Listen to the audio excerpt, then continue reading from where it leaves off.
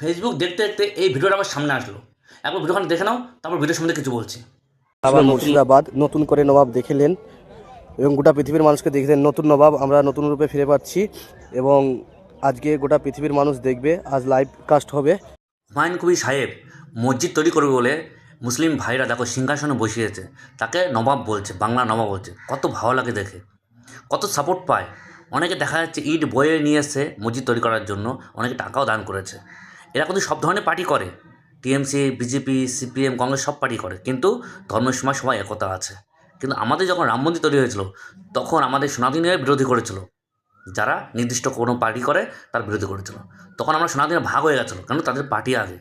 আমাদের রাজনীতি এইটাই শিখায় সনাতনকে, ভাবা যায়, আর কিছু বলার নেই। আরেকটা কথা শোনা যাচ্ছে, যারা মন্দির বিরোধী করছিল সনাতন ভাইরা, শোনা যাচ্ছে যে রাম মন্দিরে যে দান পুণ্য পাচ্ছে, সেখান থেকে যে ইনকাম হচ্ছে, সেই ইনকাম নাকি একটা মেডিকেল কলেজ তৈরি করা হবে অযোধ্যাতে, যেখানে সবাই ডাক্তারি পড়াশোনা করতে হবে, শিক্ষিত হয়ে ডাক্তার হবে, দেশের উন্নয়নের কাজে লাগবে।